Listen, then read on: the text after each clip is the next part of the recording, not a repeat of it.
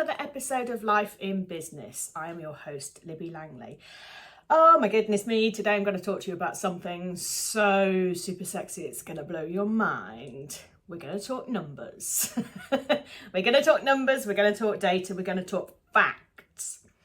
Because I firmly believe that the more facts, statistics, data, whatever you want to call it, you have behind you in your business, the more successful you're going to be.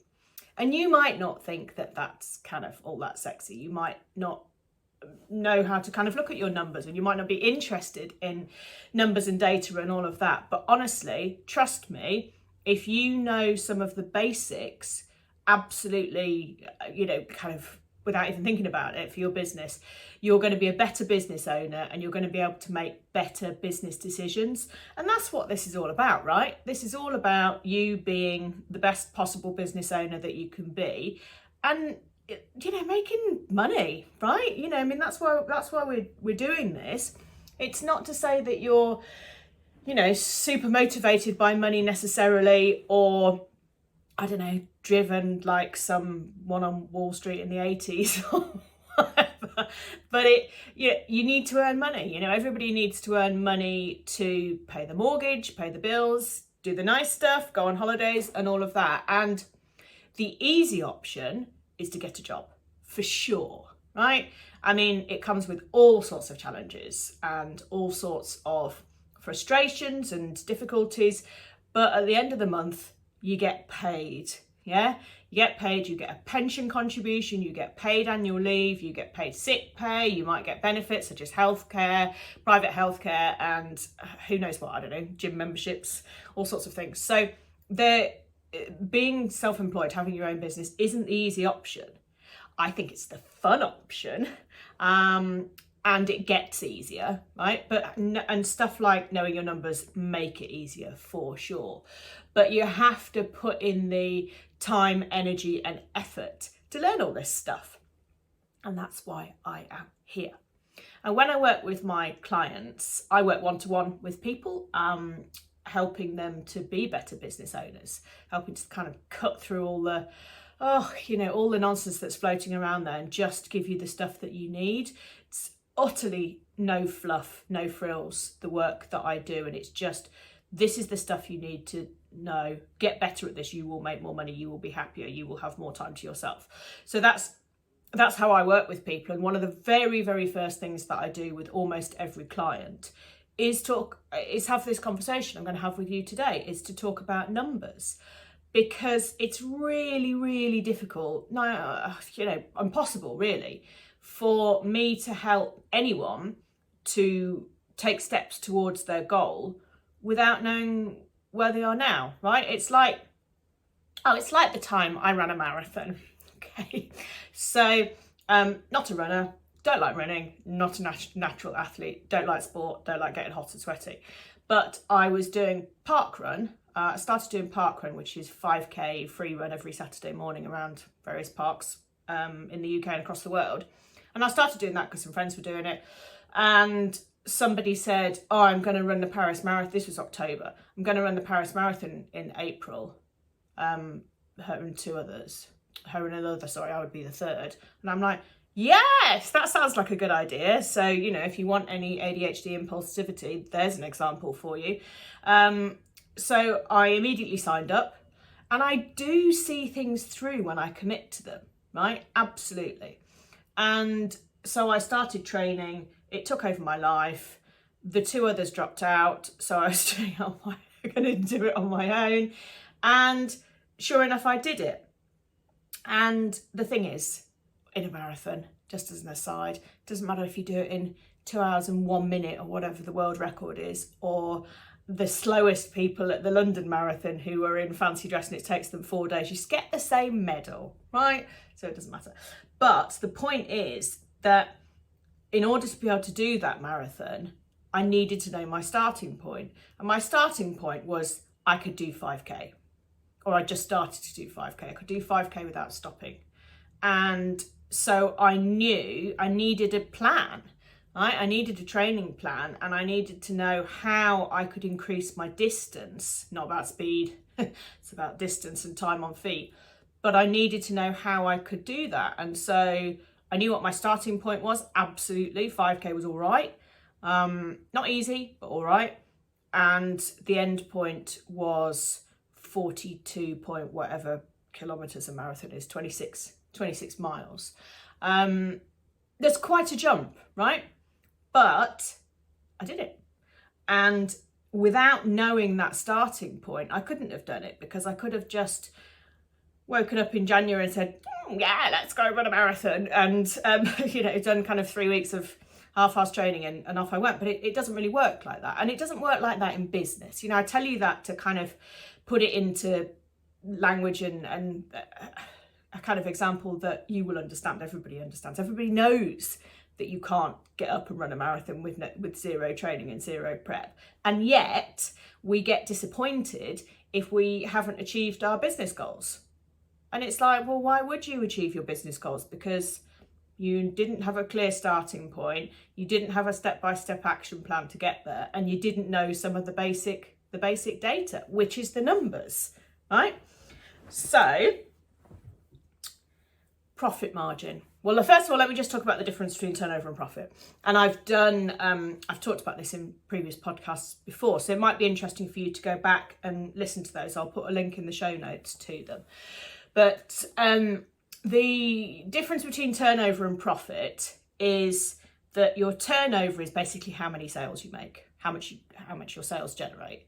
And your profit is what's left after you've had or taken all your costs out.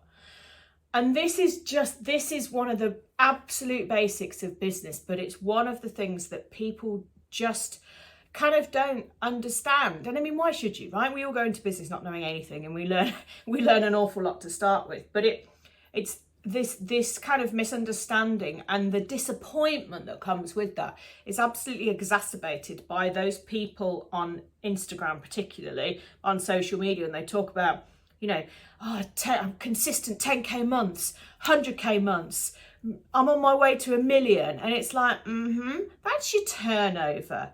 Amazing. Good for you. What profit are you making? What cash have you actually got left? And that's what matters. It doesn't matter what your turnover is, really. If you're selling your business or all stuff like this, or even buying a house, particularly, there's some things that are kind of looked at in there. But ultimately, all anybody, pretty much including the taxman, cares about is your profit, is what you've got left. And that's the thing, that if you're not making any profit, you can't pay your mortgage, you can't buy food, you literally cannot eat, right? If you don't make any profit in your business, unless you then go into business debt, which we don't want to do. We don't want to talk about that. So the turnover, you need more sales, right, to increase your turnover. You need more people buying stuff from you. We understand that. And then you need to look at the costs that you have in your business. And you might think that you don't really have any costs in your business. And you might be a really low cost business. But I betcha that a lot of these people who have consistent 10K months, you understand who I'm talking about, 100K months. These people who shout about their numbers, their 7-figure businesses and all of that, I am damn sure that their costs will be extremely high. And their costs can be all sorts of things, right? Your costs can be from the very, very simple, such as paying for Zoom, right? It's 15 quid a month or whatever it is. That's a cost to your business. And therefore, if you make, I have to do really simple maths, but if you make £150 a month and your Zoom is £15, that's like 10% of what you're making. Therefore, your profit margin is only 90%. So you can only keep the rest of it. Yeah. And then you've got other software subscriptions. You might pay for email marketing software. I pay for ConvertKit, which is absolutely brilliant email marketing software. If you fancy a free trial of that, I'll put a link in the show notes to that too. Actually, that could be really useful for you. But I pay for ConvertKit. I also pay for my Office 365, so that's another cost. pay for things like subscriptions that you might have, pay for your accountant, a VA, travel, train travel or petrol. That's all a business cost. Could be that your car is bought through your company too, depending on what your legal setup is for the business cost. All of this does mean that you end up paying less tax, right? The more costs you have. But we're sort of not looking at that. We're not looking at it almost from the accounting point of view. We're looking at it from what numbers actually matter and what you need to know, okay? Fees for your bank. I have a small fee per transaction on my business bank account, and there are always fees for using Stripe, right? The payment portal that I use for my clients. So there's always bank fees. That comes off. If you have any training, if you go on any courses or any seminars, that's a cost. You might have a VA. You might have somebody who does some work for you. You might have somebody who edits your podcast like this. You might have had somebody who helps you, subcontract you. You pass some work to them to do on your behalf. It's all costs, right? And very clearly, I'm not saying this from an accounting point of view because there's some things that are tax deductible and some aren't. I'm not going into that. I'm just going into the kind of basic costs of things that affect your profit. And if you have a coach, that is a cost in the business, yeah? And a VA. Did I say VA? I don't know if I just said that. But if you have a VA, you outsource work to a VA, then again, that's a cost. So there's lots and lots of different kinds of costs and lots of things that you might spend in your business, as well as your paper for your printer and your mobile phone and all that other stuff, right? There's loads of stuff. So that all needs to be included. So your profit is the number of sales you make, 10 grand a month, 1 grand a month, 100 grand a month, whatever. That's your sales. And then you minus the costs, all of those costs, which could be £15 a month for Zoom, just only Zoom, or it could be £5,000 a month because you do loads of Facebook ads and you have all sorts of suppliers and stuff helping you. So, your costs are going to vary enormously business to business. And then what's left, that's your profit, okay? And some businesses will be more profitable than others. Mine runs at a high profit margin. Mine currently is sitting at about 80%, but normally it's about 75%. That's kind of the average over the years. So mine is a high profit margin business. So that means if I make £100, £75 of it, or so, 75 to £80 on average, is what I can keep, spend, reinvest in the business, whatever. It's my money, right? But if you have a higher cost business, such as if you've got premises, you've got staff, you've got product that you need to buy, that's all going to affect your profit margin. So different industries will have different averages. So just because I tell you what mine is, it doesn't mean that that's what you need to aim for, because it might be that if you've got lots of product that you need to buy and you've got premises to store it in, for example, then 40% or 50% might be a really good profit margin for you, okay? So don't compare. It's to give you an example. But if you're in a coaching or service-based business such as mine, then yeah, absolutely, you can probably be quite a similar profit margin.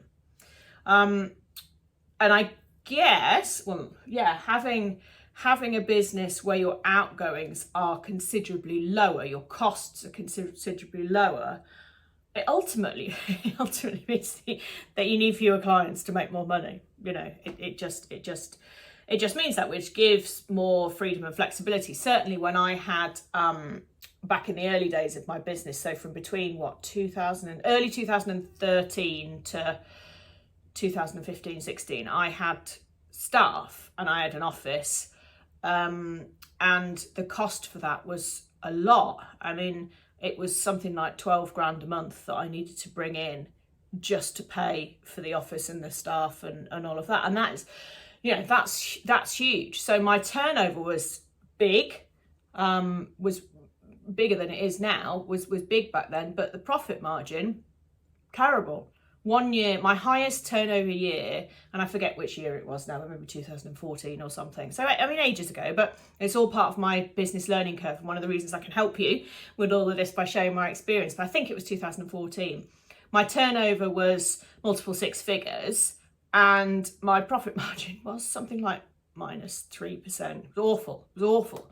And I learned some really, really valuable lessons back then about profit, about turnover, about costs. And I made quite a lot of changes, and I went through, let's just say I went through the school of hard knocks to kind of to learn these lessons that I'm sharing with you today. But I've learned an awful lot over the years, which is why I could speak with some authority on this and know that I can help you to be better in the way that you do things.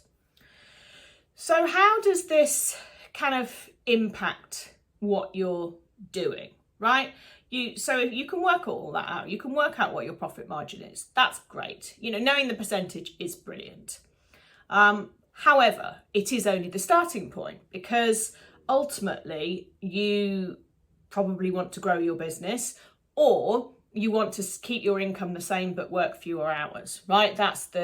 It's one of the two that people will come to me for my help on, for sure. So let's imagine that you want to grow your business. Now, if you want to grow your business, knowing these numbers is essential. And then you can look at kind of like the quick wins, the easier ways to grow what you're doing. And it's kind of I don't want to oversimplify it, because this is quite a complex exercise to go through, but fun. Oh, and so satisfying. But I don't want to, I'm just going to kind of oversimplify it a little bit for you. Because there are two ways that you can grow your business, essentially. One is to sell more stuff, and one is to reduce your costs. I know you can do both for the exponential growth curve. But it's really simple. There's two ways of doing it. Sell more, spend less. And so you can do that exercise. You can do that exercise, and you can make a difference, and you will see growth in your business, right? And the other way is, the other kind of objective you might have is to work fewer hours. And that is simple yet complicated in the same way. So let's say you currently work pretty much 5 days a week, 6 odd hours a day, right? A standard sort of working week. Because I factored in like lunch breaks and all that stuff there, right? And say you want to get it down to 3 days, 4 hours a week. And this is exactly a client that came to me. She was not working 5 days a week, 6 hours a day. She was working pretty much constantly 7 days a week, and was kind of like super attached to her phone, and her family was moaning at her and all of this. And we worked together for a number of months. And at the end of it, she was absolutely able to work school hours 3 days a week. Which gave her the freedom and flexibility to do other stuff, but also to kind of introduce new projects into her work if she wanted to, and all of this. And it was brilliant. And her income stayed pretty much the same. The goal wasn't to grow the business in that regard. The goal was to realign her life, which, kind of is really what it's all about, right? It's the reason that we have our own businesses, to have this kind of freedom. So if that's your goal, there's more things to look at. Yes, you need to look at the costs, for sure. So exactly the same as if you want to grow your business, you need to look at your costs and see where you can save money, because if you save money, you don't need to get as many clients or work as hard, because you're not spending as much out. But there are other questions to kind of ask yourself. Is like, is your business actually going to make any money? Yeah?